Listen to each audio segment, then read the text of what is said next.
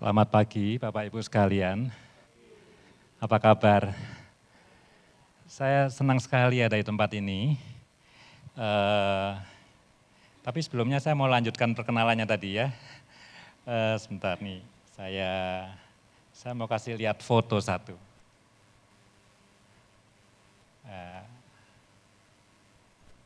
Ya ini keluarga saya ya, satu foto aja.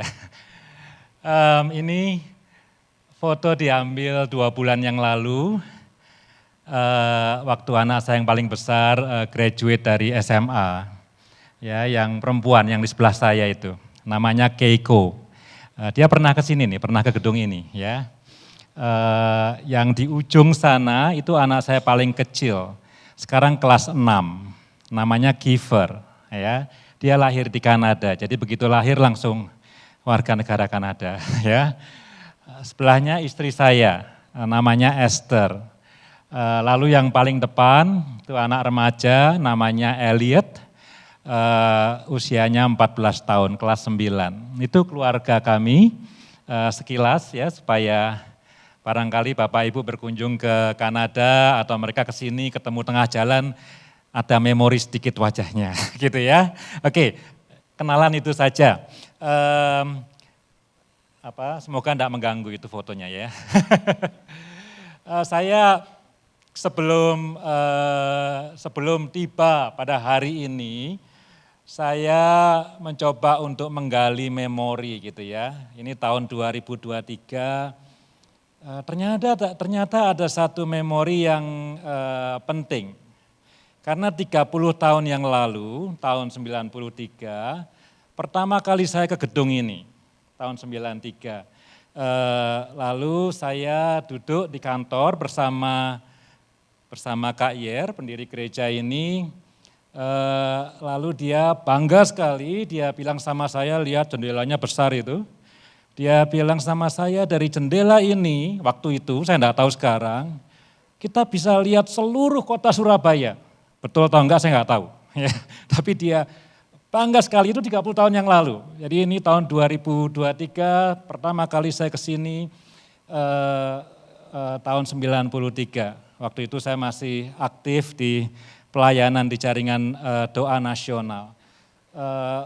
Pertemuan yang bagi saya tidak pernah akan lupa, memorable, selalu akan diingat. Tapi yang lebih ajaib lagi adalah setelah tahun 93 itu, banyak sekali relasi antara saya dengan Gereja Kristen Perjanjian Baru, dengan Gereja Masa Depan Cerah. Kami, saya dan Esther, menikah di Gereja Kristen Perjanjian Baru, Masa Depan Cerah, beribadah di Bandung. Ya, terakhir sebelum kita pindah ke Kanada, kita tinggal di Bandung, melayani di GKPB, Masa Depan Cerah, mengajar di seminari yang dimiliki oleh GKPB, Masa Depan Cerah, menjalin persahabatan dengan teman-teman, hamba-hamba Tuhan di Gereja Kristen Perjanjian Baru, Masa Depan Cerah. Semuanya dimulai 30 tahun yang lalu ketika datang di tempat ini. Ya, jadi saya mendapatkan privilege, kesempatan yang saya syukuri untuk bisa melayani firman Tuhan pada hari ini. Nah, judul yang saya berikan, ini kalau untuk kembali, saya pencet yang mana ya? Coba. Ya, bukan. Oh, haleluya. Ya, ini judulnya. Ya, sebelum saya bahas firman Tuhan ini,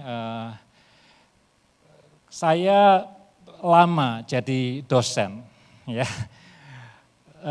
mungkin jam terbang mengajar saya lebih banyak dari jam terbang khotbah saya. Enggak tahu sekarang, mungkin sudah kira-kira imbang gitu ya. Tapi kalau saya berkhotbah, barangkali gaya dan style saya mengajar gitu ya. Judulnya Journey to the Top. Terakhir ini, jadi saya di Kanada 13 tahun, 6 tahun pertama saya tinggal di Vancouver, mengembalakan di Vancouver. Setelah itu saya dan istri berdoa memutuskan untuk pindah ke Calgary. Calgary itu kira-kira 1000 kilometer dari Vancouver, Jakarta Surabaya kira-kira jaraknya gitu ya. Kita memutuskan pindah ke Calgary karena pada waktu itu pendeta di Calgary mengundurkan diri. Jadi kosong, di Calgary kosong, kita berdoa, puasa, lalu saya dan istri setuju, ayo kita pindah ke Calgary. Kira-kira 1,5 sampai 2 jam dari Calgary itu ada yang disebut dengan Canadian Rocky. Ya, kalau di Amerika namanya Rocky Mountains, tapi orang Kanada itu enggak mau sama dengan Amerika. Dia bikin nama sendiri gitu ya. Jadi di Amerika Rocky Mountains, pindah Kanada jadi Canadian Rocky gitu ya. Jadi kami tinggal di tempat yang sangat dekat dengan gunung. Jadi sejak pindah ke Calgary saya ada hobi yang baru. Naik ke atas gunung, jadi ini gambarnya bagus sekali nih ya, naik ke atas gunung gitu ya. Meskipun istri saya enggak terlalu suka, anak-anak saya enggak terlalu suka, tapi saya senang kalau saya bisa, ada waktu saya akan coba untuk naik ke atas gunung. Ya, itu waktu-waktu di mana kalau orang sekarang punya istilah me time gitu ya, that is my me time, ya naik ke atas gunung.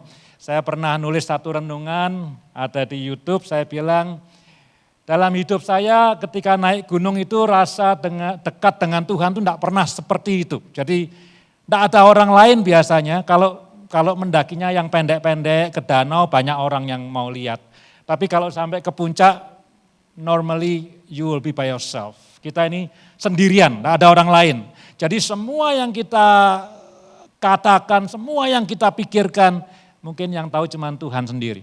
Ya berdua, me time-nya sama Tuhan itu kalau naik gunung. Nah saya belajar banyak dari pendakian itu ya. Nah tentu kita hari ini bukan belajar untuk mendaki gunung, kita akan belajar firman Tuhan, tapi sekilas ya itu latar belakangnya.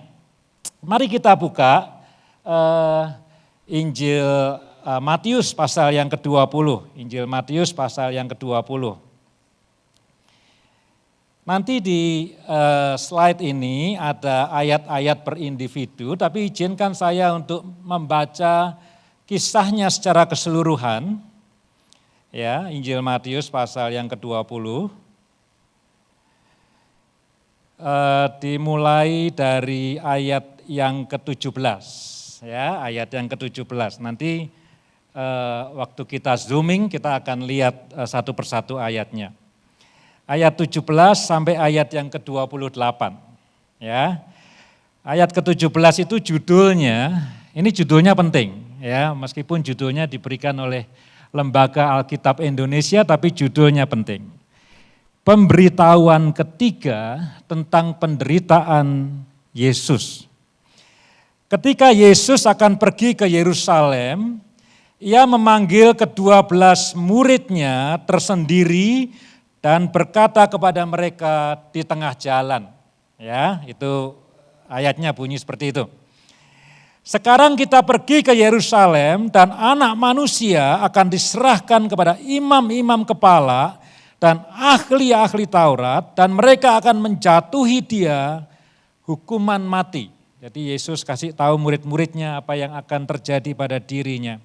Dan mereka akan menyerahkan dia kepada bangsa-bangsa yang tidak mengenal Allah, supaya ia diolok-olokkan, disesah dan disalibkan. Dan pada hari ketiga ia akan dibangkitkan. Ya, kemudian ayat 20. Ayat 20 ini cerita mengenai permintaan Ibu Yohanes dan Yakobus, ya, dan perintah bukan untuk dilayani tapi untuk melayani.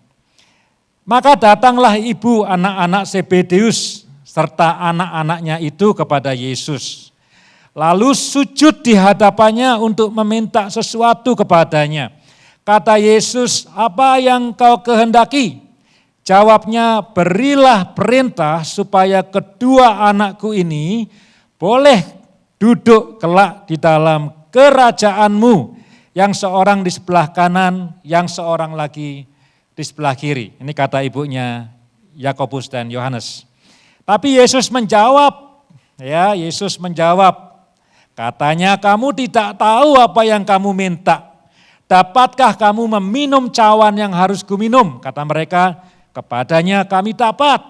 Yesus berkata pada mereka, cawanku memang akan kamu minum, Tapi hal duduk di sebelah kananku atau di sebelah kiriku, aku tidak berhak memberikannya itu. Itu akan diberikan kepada orang-orang bagi siapa Bapakku telah menyediakannya. Jadi Yesus bilang, aku tidak punya power, aku tidak punya authority untuk memilih siapa yang akan duduk di sebelah kanan dan kiriku. Bapak yang punya authority, gitu ya. Mendengar itu, marahlah ke-10 murid yang lain kepada kedua saudara itu.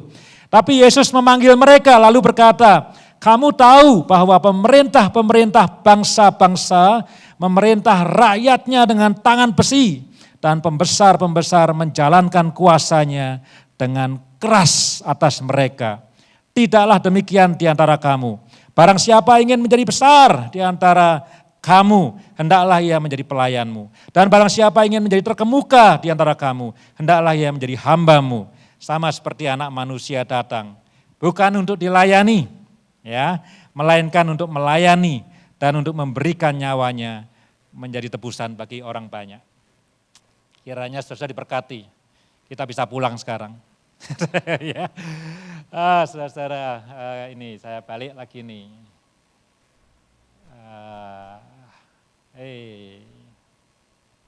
Ya, oke. Saudara-saudara, di dalam kitab Injil, ya, kisah mengenai hidup Tuhan Yesus, ada mujizat penting, ya. Yesus memberi makan 5.000 orang. Ya, kenapa saya bilang penting?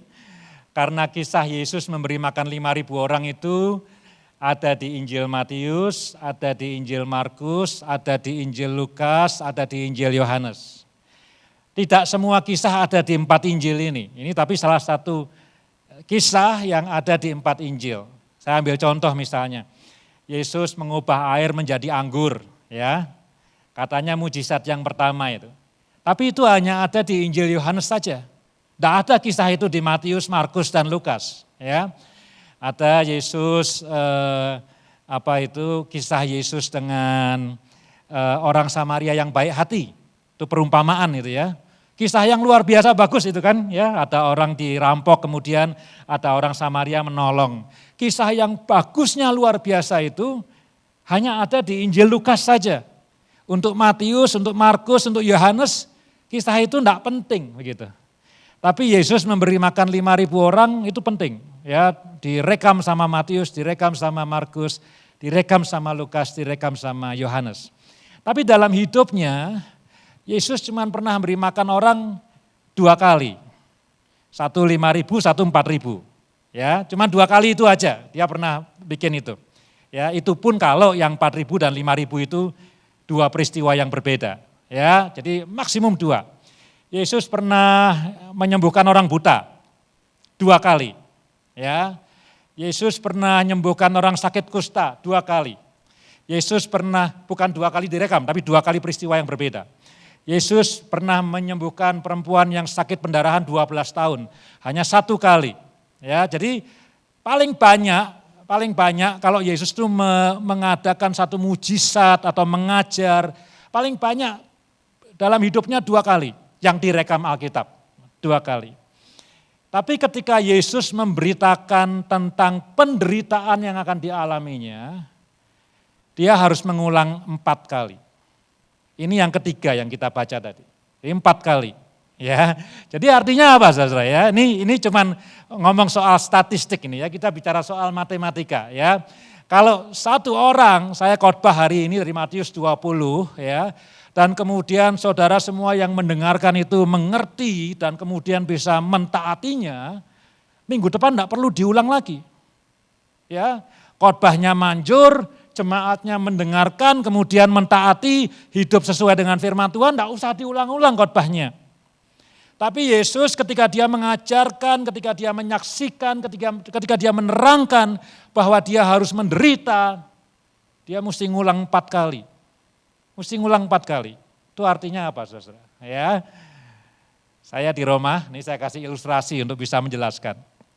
Kami di Kanada dan kebanyakan orang Kanada barangkali tidak seperti di Indonesia. Kami tidak punya kemewahan untuk punya pembantu rumah tangga atau asisten rumah tangga. Semua mesti kerja sendiri. Jadi anak-anak saya dari kecil dan anak-anaknya orang lain juga diajar dari kecil untuk turut ambil bagian tanggung jawab di rumah. Ya, yang paling gampang kalau di rumah saya itu ada 3, ya toh. Simple, nyuci piring, pakai mesin sih. Ya, nanti kalau sudah kering, dia taruh tempatnya piring di mana, gelas di mana gitu ya. Itu 1. Anak saya kan 3, jadi 1 punya tanggung jawab beresin itu cucian piring ya. Nanti kita roster, kita gantian. Nomor 2, laundry, pakaian nih. Pakai mesin juga ya toh. Kalau udah cukup harus dicuci, masukin, keluarin, dilipat. Ya, yang nyuci, yang ngeringin mesin tapi mereka responsible untuk kerjakan itu. Yang ketiga, buang sampah. Ya toh. Ada bak sampah kira-kira 100 meter dari rumah tuh. Ya, jadi mereka mesti kalau sampahnya udah penuh, mereka ikut, mereka jalan ke sana, mereka buang. Setiap minggu kita gantian, ya toh, siapa yang tugas ini dan tugas itu. Kira-kira anak-anak happy enggak ngerjain itu? Yang punya anak-anak happy enggak?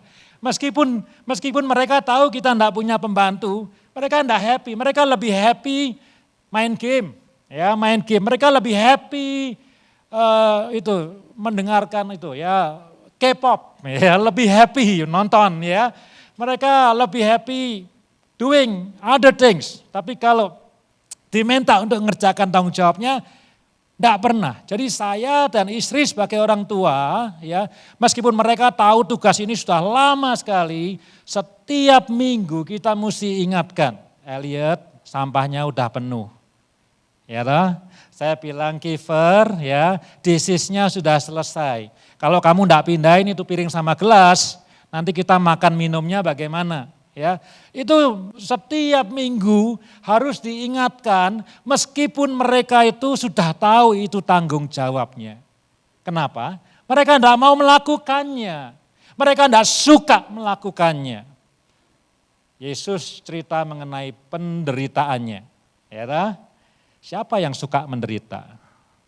Tak ada yang suka menderita. Bapak Ibu suka menderita? Saya enggak loh, saya enggak suka menderita. Ya, tapi harus diulang 1 kali karena apa? Murid-murid enggak suka. Yesus kumpulkan lagi, dia bicara untuk kedua kalinya. Murid-murid tidak suka menderita. Yang ketiga, tidak suka sampai mesti 4 kali diulang. Waktu Yesus ngomong soal penderitaannya, Petrus bilang apa? Tuhan, hal-hal ini tak mungkin terjadi padamu. Yesus bilang apa? Enyahlah iblis. Ya, luar biasa ya. Jadi saudara, mengapa Yesus mengulang-ulang pengajarannya ini? Karena murid-muridnya itu tidak suka, tidak mau taat, mengabaikan. Ya, saya tidak suka pengajaran itu, saya tidak mau dengarkan itu, diremehkan. Karena itu oleh Tuhan Yesus diulang-ulang. Nah, ini ada kesimpulan nih. Ini fondasi dari khotbah ini ya, fondasi dari khotbah ini. Ayo maju. Tidak bergerak.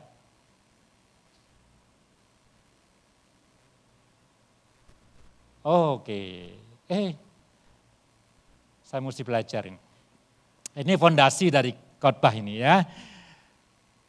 Natur dari manusia itu tidak mau dan tidak suka menderita. Ya, saya juga loh, saya manusia. Jadi saya bukan mengkhotbahi Bapak Ibu sekalian untuk mengatakan, "Oh, kamu enggak suka menderita ya, aku suka menderita." No. Semua manusia enggak suka menderita. Itu natur ya. Maka itu kenapa Tuhan Yesus tidak perlu mengadakan mujizat memberi makan orang sampai 4 kali. Karena ketika Tuhan Yesus mengadakan mujizat 1 kali saja, orang udah tepuk tangan. Wah ya Yesus itu mujizatnya luar biasa hebat, kita mesti percaya sama dia, titik. Dan efektif.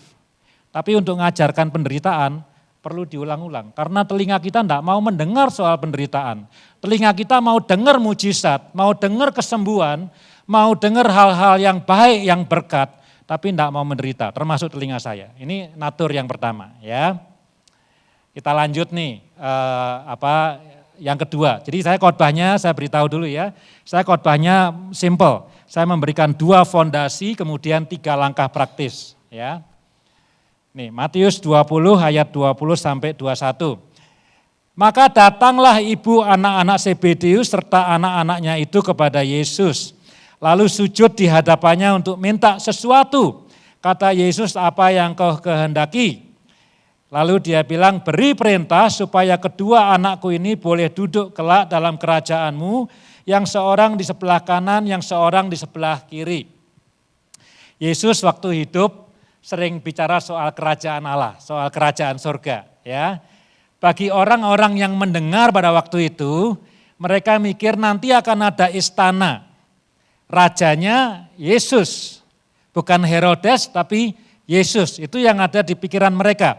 Jadi kalau Yesus ngomong kerajaan surga, kerajaan Allah, itu yang dengar mikirnya nanti ada istana tuh. Kayak Buckingham Palace gitu ya, istana Buckingham itu di London itu ya, ada pagernya, ada wah pokoknya kayak istana lah, kayak film-film gitu ya. Nah Yesus nanti rajanya, lalu ibunya Yohanes dan Yakobus bilang nanti kalau bisa, anakku yang satunya kamu jadikan Perdana Menteri ya. Jadi orang yang paling dekat dengan kamu. Yang satu lagi jadikan apa? Jadikan Menko deh. Ya, yang satu Perdana Menteri, yang satu Menko. Jadi pejabat yang paling penting. Gitu ya, itu permintaan mereka. Nah saudara, setiap kita, sekali lagi ini kita masuk ke ini ayatnya udah ada, saya mesti belajar nih ya. Setiap kita itu ingin menjadi yang terbaik. Salah enggak? Enggak salah. Ya, setiap kita itu ingin menjadi yang terbaik dan ingin menjadi lebih baik. Salah enggak? Tidak salah, ya. Kalau manusia itu tidak ingin menjadi yang terbaik dan tidak ingin menjadi lebih baik, enggak ada iPhone 14. Enggak ada. Mereka puas dengan iPhone 5 atau iPhone 4 stop di sana. Tapi karena mereka terus ingin bersaing, ingin mengeluarkan teknologi-teknologi yang lebih hebat, yang lebih canggih, lalu muncul iPhone 6, iPhone 7, iPhone 8, 10, 9 dan seterusnya, sampai sekarang 14. Saya enggak tahu apa akhirnya, ya sampai berapa puluh barangkali kita enggak pernah tahu. Kalau manusia enggak punya semangat untuk menjadi yang terbaik, enggak mau menjadi lebih baik, enggak ada mobil hari ini. Mungkin semua naik kereta kuda saja, pakai gerobak itu. Kalau manusia tidak punya semangat untuk menjadi lebih baik, enggak ada juara olimpiade, semua santai-santai larinya, ya, enggak ada yang juara, ya. Manusia itu punya natur, ini yang kedua, manusia itu punya natur untuk selalu ingin menjadi yang terbaik, termasuk ibunya Yohanes, ibunya Yakobus ingin supaya anak-anaknya sukses. Siapa yang tidak mau sukses? Anak saya yang paling besar mulai bulan lalu tidak tinggal dengan kami lagi. Dia balik ke Vancouver, sekolah di Vancouver. Jadi kita say goodbye ya. Biasanya setiap kali saya lewat kamar anak saya ada orang di situ. Sekarang kosong. Ya, jadi sebagai bapak ada rasa emptiness gitu ya. Kok nggak ada orangnya di situ ya. Dia pindah ke Vancouver. Sebagai bapak saya berdoa, nak, saya bilang ya, supaya kamu berhasil ya, cita-citamu tercapai, ya sekolahmu hasilnya baik, masa depanmu cerah seperti nama gereja ini. Natur manusia selalu ingin menjadi yang baik dan menjadi yang terbaik. Pernah lihat balapan anjing? Di TV balapan anjing. Anjing itu supaya dia juara, kalau dia balapan dibuka itu pelangnya supaya dia lari. Di depannya ada boneka kelinci ditarik. Supaya apa? Supaya anjingnya itu ngejar itu, supaya cepat dan kemudian menang. Manusia enggak perlu. Manusia enggak perlu dikasih boneka kelinci untuk menjadi yang terbaik. Setiap kita itu pengen menjadi yang terbaik dan ingin menjadi lebih baik.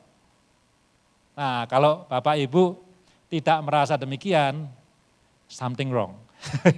Justru kalau Bapak Ibu mengatakan, Oh aku sudah biasa. Nah itu justru itu barangkali bukan natur manusia. Natur manusia selalu ingin menjadi yang terbaik dan yang baik. Nah sebelum saya lanjutkan kepada slide yang berikutnya, natur manusia yang pertama tadi, masih ingat? Dia tidak suka menderita. Ya. Dia tidak suka mendengar, telinganya tidak suka mendengar tentang penderitaan. Sukanya yang comfort, yang enak gitu ya. Dan natur manusia yang kedua, ingin menjadi yang terbaik, itu tidak bisa dikombinasikan. Ya. Jadi natur yang pertama itu fondasi yang pertama, kita semua manusia tidak suka menderita. Natur yang kedua, kita semua manusia pengen jadi juara, pengen jadi yang terbaik, pengen diberkati, pengen semuanya. Tapi dua ini tidak bisa jadi satu. Kalau mau mencapai yang kedua, mesti denying yang pertama. Ya itu kuncinya. Nah kita masuk slide yang berikutnya nih. Ya ini sekarang praktikal, tadi memberikan fondasi tentang manusia. Matius 20 ayat 22 ya. Yesus menjawab katanya, kamu tidak tahu apa yang kamu minta. Dapatkah kamu meminum cawan yang harus kuminum? Kata mereka kepadanya, kami dapat. Jadi waktu ibunya Yohanes sama kedua anaknya minta untuk jadi Perdana Menteri dan jadi Menko, Yesus bilang pertama-tama, kamu tidak ngerti yang kamu minta. Ya, anak-anak saya, namanya anak-anak, apalagi yang laki-laki itu, kalau kita jalan-jalan di Kanada, terutama summer, kalau di bulan-bulan summer, mobil-mobil mewah keluar, ya, ada Ferrari segala macam, ada Lamborghini di jalan, orang-orang yang kaya-kaya itu ya menikmati udara summer, mobilnya dibuka jalan-jalan gitu. Terus anak laki-laki bilang, oh that's my favorite car, dia bilang gitu ya. Nanti anak saya itu lucu sekali, dia bilang nanti kalau aku punya mobil, my first car will be Lamborghini, dia bilang gitu. Nanti kalau punya mobil, mobilku yang pertama tuh aku maunya Lamborghini, gitu. Ya, it's okay. Ya, saya cuma bilang dalam hati saya, dia enggak tahu apa yang diomongin. Dia enggak tahu apa yang diomongin gitu kan. Dia enggak tahu, tentu dia tahu sekilas gitu ya, Lamborghini itu mobil yang mahal, mobil yang mewah, mobil yang bentuknya enggak biasa, yang keren. Tapi ada harga yang harus dibayar untuk beli Lamborghini itu. Kapan hari dia bilang, pokoknya nanti aku begitu di Kanada, umur 14 tahun boleh apply SIM di Calgary. Dia enggak tahu di provinsi lain. Jadi anak saya bilang, nanti kalau 14 tahun aku langsung mau bikin SIM katanya. Ya, langsung mau bikin SIM, langsung mau drive gitu ya. Saya bilang kepada dia, ya kamu mesti belajar dulu ya. Belajar teorinya dulu, ya kan mesti ujian teori dulu, kemudian belajar nyetir pelan-pelan, setelah bisa nyetir pelan-pelan, bisa di jalan tol, bisa nyetir di summer, bisa nyetir di winter, nah nanti kamu baru bisa bawa mobil sendiri. Dan bawa mobil sendiri, mobil yang murah dulu, ya toh. Nanti kalau kamu kerja bisa ngumpulkan uang, baru kamu bisa drive mobil yang kamu impikan itu. Entah itu Ferrari, entah itu McLaren, entah itu Lamborghini. Tunggu dulu, prosesnya itu panjang sekali. Jadi ketika mereka ingin jadi Perdana Menteri dan Menko, Yesus bilang, kamu enggak tahu apa yang kamu minta. Kira-kira Yesus mau ngomong apa? Lihat tuh perikop sebelumnya. Anak manusia harus apa? Harus diserahkan kepada bangsa-bangsa yang tidak mengenal Allah. Harus disesah, harus disalib, harus ditampar, harus dipecut itu ya, dicambuk itu. Cuman satu kata aja yang bahagia di perikop sebelumnya. Pada akhirnya dia akan bangkit. Tapi kata bangkit itu pun, itu sebetulnya semacam ilusi. Ilusi apa? Karena kalau kita mau bangkit mesti apa saudara? Mesti mati dulu. Ya jadi Tuhan ngomong kamu enggak tahu ini. Lihat loh paragraf sebelumnya. Barusan aku ngomong apa? Ya toh, sebelum bangkit disesah, disiksa, dipukul, disalib, dicambuk, dihina. Setelah itu baru bisa bangkit. Kamu tidak tahu apa yang kamu minta. Ya, nah saudara, ini praktikal ini. Membayar harga. Ya, jadi kalau kita mau journey to the top, mau sampai ke puncak gunung, tidak ada pilihan, mesti mau bayar harga. Dan semakin tinggi impian yang ingin dicapai itu semakin mahal harganya. Ya, ada yang tidak tahu, banyak yang tidak mau tahu. Saya tadi introduction, Pak Yose sudah bilang, saya pernah tinggal di Chicago. Barangkali sebagian dari kita pernah main ke sana. Di Chicago, di downtown-nya ada di tepi lake, namanya Lake Michigan. Di sana banyak sungai, ya sungai masuk ya dari lake gitu. Nah kalau kita mau sewa apartemen di downtown Chicago, itu harganya dihitung dari berapa banyak air yang kita bisa lihat dari jendela apartemen. Ya, itu ngitungnya gitu. Semakin banyak air yang kita bisa lihat dari jendela apartemen, semakin mahal harga apartemen itu. Ya, atau dengan kata lain, semakin tinggi kamarnya apartemen kita, itu makin mahal. Itu downtown Chicago. Ngitungnya kayak gitu. Ya, jadi yang dihitung square meter air yang kita bisa lihat dari jendela. Ya, jadi semakin ke atas view-nya beda. Saya naik gunung, tadi saya cerita naik gunung, dulu waktu pertama kali belajar naik gunung ya, baru naik 1 jam lihat ke bawah, pemandangan bagus, keluarkan HP, potret-potret ya, naik dikit lagi, lihat ke bawah, makin bagus, keluarkan HP, potret-potret. Jadi waktu pertama-tama kali belajar hiking, untuk sampai ke gunung, itu perlu waktu yang lama, bukan lama jalannya, lama potret-potretnya. Ya karena naik sedikit, wah di bawah bagus sekali, naik lagi bagus sekali. Sekarang saya enggak pernah begitu lagi. Ya jadi kalau saya naik gunung, HP disimpan di ransel, bukan di kantong lagi. Jadi sekarang saya menerapkan naik gunung yang sprint. Naik, enggak berhenti untuk foto. Di atas baru foto. Karena apa? Karena pemandangan yang paling bagus itu dari atas. Ya, jadi dari atas. Kalau kita setengah berhenti foto, pemandangannya bagus enggak? Bagus juga. Tapi kalau kita naik lagi 3/4, yang kita lihat even more wonderful. Kalau kita sampai di puncak, wah pemandangannya luar biasa sekali. Jadi untuk mendapatkan sesuatu yang terbaik itu, kita perlu mau dan willing dan rela untuk membayar harga. Nah saya punya guru hiking ya, guru tanda kutip yang selalu saya tanya. Orang Indonesia itu kan tidak mau rugi. Toh? Jadi kalau saya mau hiking, saya tanya sama mereka dulu. 2 orang, yang 1 orang bule, 1 orang Indonesia. Saya tanya gini, menurut kamu kira-kira aku ini, saya ini kan junior ya, enggak profesional. Kira-kira menurut kamu aku bisa sampai puncaknya enggak? Karena dalam pikiran saya, kalau saya enggak bisa sampai puncaknya, saya enggak mau keringetan hanya untuk sampai di tengah-tengah terus turun lagi. Ya, dan 2 orang ini tidak pernah menjawab pertanyaan saya bisa atau tidak bisa. Enggak pernah. Ya, itu hebatnya pendaki profesional. Dia selalu bilang begini, kamu harus coba naik sampai pada titik di mana kamu enggak bisa maju lagi, kamu harus memutuskan untuk turun. Itu nasihatnya selalu itu. Ya, jadi kalau misalnya kalau orang yang kelasnya mendaki Mount Everest di Himalaya itu, kalau dia tahu dia enggak bisa naik lagi, dia paksa naik lagi, dia mati itu. Enggak turun dia sudah ya. Kalau gunung saya gunung-gunung yang kecil-kecil saja, yang 3.000 meter gitu ya.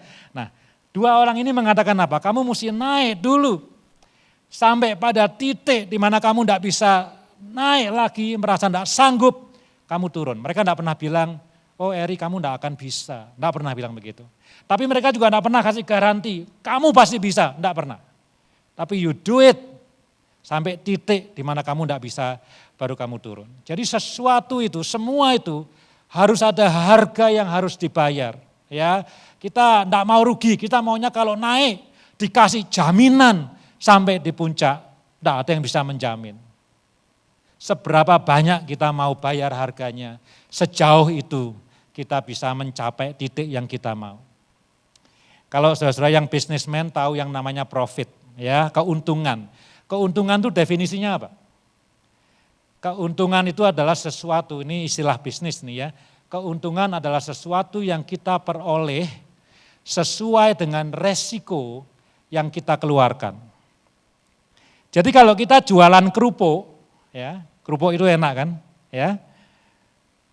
Kita untungnya kecil.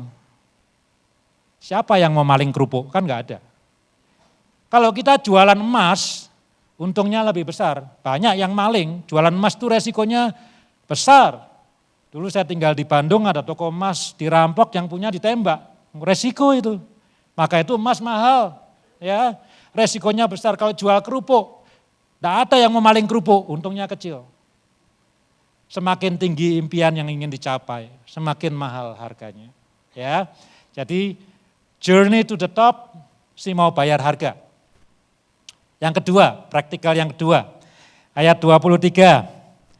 Yesus berkata kepada mereka, cawanku memang akan kamu minum, tetapi hal duduk di sebelah kanan dan di sebelah kiri bukan hakku, tapi hak dari Bapa. Ya, Bapa yang memutuskan. Yang kedua adalah mencari, mengejar dan taat pada kehendak Tuhan. Ya. Jadi kalau kita bilang aku mau menjadi yang terbaik, maka yang pertama harus ditanya adalah apakah itu kehendak Tuhan atau bukan. Karena yang terbaik itu adalah kehendak Tuhan dan rencana Tuhan di dalam hidup kita. Ya, ibunya Yohanes, kalau ini kerajaan, yang terbaik adalah Perdana Menteri, yang terbaik adalah Menko. Ya, dia mikirnya begitu. Tapi kehendak Tuhan mungkin berbeda untuk anak-anak mereka. Mungkin untuk anak-anak mereka, ini saya pakai ilustrasi saja, mungkin untuk anak-anak mereka, untuk Yohanes dan Yakobus, yang terbaik adalah barangkali Menteri Pendidikan. Ya, barangkali yang terbaik adalah menjadi kepala rumah tangga istana. Yang terbaik barangkali tukang sapu istana. Yang terbaik itu macam-macam. Ya, jadi ketika kita itu ingin mencapai yang terbaik, kita perlu bertanya, apa yang menjadi kehendak dan rencana Tuhan di dalam hidup kita. Ya, nah saudara-saudara, saya punya 2 mentor yang menurut saya Bapak Ibu tidak akan setuju dengan 2 orang ini. Yang satu orang Surabaya, dulu guru katekisasi saya, ya, orang Surabaya, dia bilang, kalau kamu dihadapkan pada 2 pilihan, terus kamu tidak tahu ini, mana yang kehendak Tuhan, mana yang enggak. Satu ke kiri, satu ke kanan, pilih yang mana, ya. Orang Surabaya nih, ya. Orang Surabaya lulus dari Saat. Nah, dia bilang begini, tapi ini saya pegang, saya tidak pernah lupa dengan nasihat dia. Dia bilang kalau aku pilih yang sulit. Ya, dia bilang gitu. Saudara mungkin tidak setuju, saya juga tidak 100% setuju. Ya, tapi kalau ada 2 pilihan dan kita tidak tahu, kalau kita tahu sih beda ya. Ini kita tidak tahu mana yang Tuhan mau, yang mudah atau yang sulit. Dia bilang, aku akan pilih yang sulit. Dia bilang, ini menurut dia mungkin the likelihood, perkiraannya lebih dekat dengan kehendak Tuhan lebih besar daripada yang mudah. Dia punya fondasi mengapa dia menasihatkan itu. Karena Yesus itu menderita. Sebelum dia bangkit, dia melewati semua penderitaan, baru kemudian dia bangkit. Itu mentor saya, orang Surabaya. Satu lagi orang Jakarta, ya, dulu pembina mahasiswa. Pada saat retreat, kita tidur sekamar, ya, dialokasikan kamar tidur. Saya bilang, Kak, saya punya pergumulan, saya punya pilihan, ke sini atau ke sini. Enaknya milih apa? Saya mengharapkan dari dia, pembimbing rohani, bisa ngasih jawaban. Jawabannya begini. Dia bilang biasanya yang disukai manusia tidak disukai Tuhan. Yang disukai Tuhan tidak disukai manusia. Boleh setuju, boleh enggak setuju. Biasanya, dia bilang gitu. Ya, biasanya. Ya, mungkin saudara, waduh kalau gitu saya mesti denying terus. Loh, tapi itu firman Tuhan, kalau mau ikut aku mesti menyangkal diri. menyangkal semua kesukaanku. There is truth, ada kebenaran di balik nasihatnya itu. Ini 2 orang yang pernah bimbing saya ngomong seperti itu. Yang pertama bilang, kalau ada yang mudah dan yang sulit, aku pilih yang sulit. Kemudian yang kedua bilang, biasanya yang kamu suka Tuhan tidak suka, biasanya yang Tuhan suka kamu tidak suka. Lalu saya, ini orang yang ketiga, ya saya sering mengajar kepada jemaat. Saya bilang, kalau kamu itu melihat sesuatu itu baik, indah, enak, lalu kamu pilih jalan itu, ya, dan yang satu jalannya tidak enak, banyak penderitaan dan kamu hindari jalan itu, saya bilang, kamu tidak manusia, itu binatang, right? Ya, jadi kalau misalnya ada orang apply pekerjaan, kemudian yang satu menjanjikan janji $2.000, yang satu $1.000, lalu aku pilih yang $2.000, binatang pun begitu. Tidak usah manusia, tidak perlu diberi otak yang sehebat ini untuk milih pekerjaan karena gajinya lebih besar. Binatang tahu, ya, kalau di sana tidak banyak binatang buas, di sana tidak banyak buruan, di sana banyak buruan yang gampang ditangkap, ya dia ke sana. Binatang tahu, maka itu binatang gampang diracun. Ada makanan, ada umpan, dia tidak tahu itu ada racunnya, dia ikan tidak tahu ada kailnya, dia makan aja. Maka itu kita hobi mancing. Orang hobi untuk nangkep binatang, karena binatang mikirnya simple. Apa yang enak, apa yang tersedia dia mau caplok aja itu. Nah kita bukan sekedar manusia, kita adalah anak-anak Tuhan. Jadi kita mesti pakai segala kapasitas yang kita punya untuk discerning, untuk memutuskan mana yang kehendak Tuhan dan mana yang bukan kehendak Tuhan. Ya, jadi nomor 2, nomor 1 bayar harga, nomor 2 cari kehendak Tuhan. Ini saya beritahu ya, tidak perlu mikir soal puncak gunung, journey to the top. Mengikuti kehendak Tuhan saja, proses mengikuti kehendak Tuhan saja, itu adalah suatu keberhasilan. Itu ketaatan yang luar biasa. Meskipun jalannya sering tidak mudah. Yang ketiga, mau habis nih. Ya, ini yang tadi masih yang kedua ya. My will or God's will, my plan or God's plan. Tuhan menjanjikan bahwa rancangan Tuhan adalah rancangan indah yang penuh damai sejahtera. Jangan khawatir ya. Jalannya mungkin tidak enak, tapi rancangannya rancangan yang baik. Yang ketiga, yang terakhir, pokok yang terakhir. Ayat 25 sampai 28 ya. Tetapi Yesus memanggil mereka lalu berkata, kamu tahu bahwa pemerintah-pemerintah bangsa-bangsa memerintah rakyatnya dengan tangan besi. Pembesar-pembesar menjalankan kuasanya dengan keras. Tidaklah demikian di antara kamu. Barang siapa ingin jadi besar, ia harus jadi pelayanmu. Barang siapa ingin jadi terkemuka, ia menjadi hamba.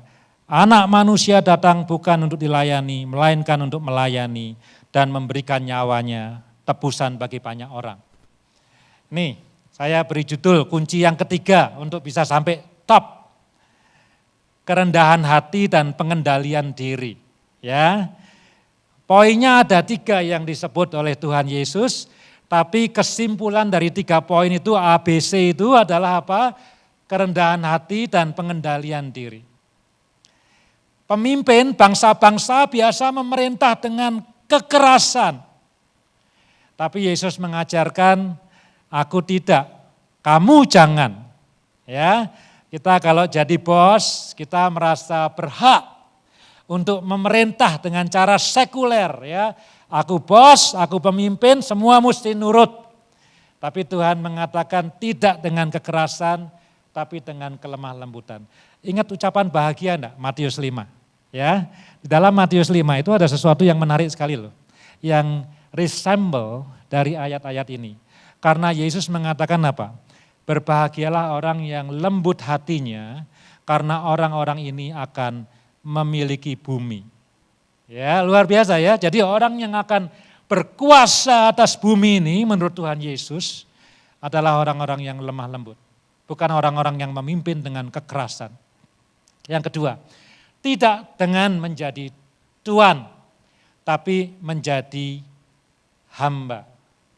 Saya bilang kepada jemaat saya, kalau ada satu tanda, kalau ada satu tanda dari anak-anak Tuhan yang harusnya dilihat oleh orang lain, adalah kerelaan untuk menjadi hamba. Tidak bosi, ya, jadi hamba melayani orang. Tidak dilayani, tetapi melayani. Ya, ini paradoks dengan dunia, ya. Nah, kuncinya apa? Merendahkan diri dan mengendalikan diri. Many times, di banyak kesempatan kita ingin jadi bos, di banyak kesempatan kita maunya dilayani, kita tidak mau melayani. Tapi kalau kita ingat untuk rendah hati, kalau kita ingat untuk mengendalikan diri, ini adalah kunci yang diberikan Tuhan, yang paling eksplisit. Kalau kamu mau menjadi yang terkemuka, jangan jadi tuan, jadi hamba. Kalau kamu menjadi yang paling baik, jangan minta dilayani, tapi melayani. Kalau kamu mau menjadi penguasa, jangan berkuasa dengan kekerasan, tapi dengan kelemah lembutan. Itu yang ketiga, ya, saudara. Praktis ya. Nah, ini maju lagi. Ini kesimpulan. Sebelum masuk kesimpulan, saya quick ya, ini 2 menit selesai. Jadi fondasinya apa? Nomor 1, ini guru mesti ngulang ini ya. Minggu depan diuji ini ya, ada ujiannya. Nomor 1, fondasinya apa? Kita tidak suka menderita, tidak suka mendengar soal penderitaan. Ya, saya pun tidak suka. Tapi kita mau jadi yang terbaik. Ini 2 natur manusia, tapi tidak bisa di-combine. Tidak akan terjadi kalau di-combine. Ya. Nih kuncinya untuk bisa sampai berhasil, sampai di puncak gunung. Nomor 1, mesti bayar harga. Take the risk. Ya, mau sampai di puncak gunung itu jangan nanya bisa atau tidak bisa. Jalan dulu. Satu lagi, ingat waktu Yesus ngutus 12 murid. Dia bilang apa? Jangan bawa emas, jangan bawa perak, jangan bawa pakaian 2 helai. Pakai aja pergi. Kalau nanti kamu ngetok pintu ngomong shalom, orangnya menerima, kamu diberkati di situ. Ya, jadi kamu jalan dulu. Jangan, oh aku belum punya duit, belum mau melayani. No, just go. Tuhan mengatakan setiap pekerja layak mendapat upahnya. Dia bilang seperti itu. Ya, jadi bayar harga dulu. Melayani itu bayar harga. Mau sukses, mau berhasil, bayar harga. Yang kedua, sukses itu hidup, bekerja, melayani sesuai dengan rencana dan kehendak Tuhan. Itu yang kedua. Yang ketiga, merendahkan hati, mengendalikan diri untuk menjadi hamba, bukan jadi tuan. Bukan minta dilayani, tapi melayani. Itu cara Tuhan, metode Tuhan, strategi Tuhan untuk bisa sampai to the top. Nah ini kesimpulannya. Ayat 16 nih ya, ayat 16 itu sebetulnya bagian dari perikop yang sebelumnya. Tapi di akhir perikop yang sebelumnya Tuhan mengatakan begini, orang yang terakhir akan menjadi yang terdahulu. Yang terdahulu akan menjadi yang terakhir. Ini unik nih, ya. Ini the economy of God. Ya, ini cara kerja Tuhan, gitu kira-kira. Ya, kalau saya ke slide yang ini, ya, cara kerja Tuhan berbeda dengan cara kerja manusia. Rencana Tuhan tentu berbeda dengan rencana manusia, itu no question. Kita sudah bahas, ya. Tapi khotbah pagi ini bukan soal perbedaan antara rencana Tuhan dengan rencana manusia. Khotbah hari ini mengenai perbedaan antara cara kerja Tuhan dan cara kerja manusia. Ya, jadi ketika murid-murid mendengarkan pengajaran ini, dalam hati mereka itu bergejolak luar biasa. Bagaimana mungkin aku ikut Tuhan, ikut Raja yang membuat banyak mujizat yang menyembuhkan banyak orang, tapi harus melewati jalan salib. Menderita, disesah, dihina, dicambuk, bahkan sampai mati. Mana mungkin? But that is God's way. That is God's economy. Itulah cara kerja Tuhan menuju sukses. Ya, saudara-saudara, saya berharap firman Tuhan pada pagi hari ini menjadi berkat buat kita. Bukan menjadi beban. Ya, wah ini Pak Eri Kita pulang bukannya diberkati, kita pulang kayaknya kok disuruh menderita. Ingat, Tuhan Yesus ngomong ini sampai 4 kali. Tidak pernah ada topik yang dia ulang sampai 4 kali. Maksimum yang lain cuma 2 kali. Tapi soal menderita dia ulang 4 kali. Jadi mestinya itu khotbah yang paling sering disampaikan di jemaat gereja. Karena semua orang termasuk saya is not willing to suffer. Kita tidak mau menderita. Kita maunya jalan yang enak, jalan yang mulus, jalan tol. But that's not God's way. Itu bukan jalannya Tuhan. Kita siap ya? Ya, excited, semangat melayani Tuhan. Ya, jalan Tuhan memang tidak mudah. Tapi glorious, mulia. Ketaatan tidak mudah. Tapi itu kehendak Tuhan yang paling baik yang kita bisa ikuti. Ya, jadi jangan nanya apakah aku ini rencananya jadi pendeta atau pengusaha, itu hal yang penting. Tapi yang paling on the top is obedience, ketaatan kepada Tuhan. Oke, mari kita berdoa bersama-sama. Bapa di surga, terima kasih untuk firman-Mu pada pagi hari ini. Terima kasih untuk jemaat tempat ini Tuhan. Terima kasih untuk gereja ini Tuhan. Terima kasih untuk setiap rencana Tuhan bagi gereja ini. Dan bagi setiap jemaat yang attach dengan gereja ini. Hamba tidak tahu apa yang Tuhan kehendaki bagi kami, individually, pribadi demi pribadi.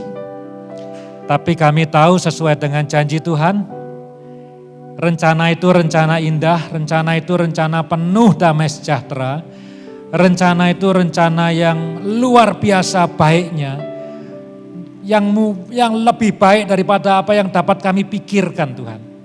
Kami mau bersyukur untuk kebaikan-Mu itu Tuhan. Kami mau bersyukur untuk setiap rencana-Mu dalam hidup kami yang luar biasa itu Tuhan. Terima kasih Tuhan Yesus, terima kasih. Pagi hari ini Engkau tolong kami semua sebagai individu, sebagai keluarga, sebagai jemaat, sebagai gereja.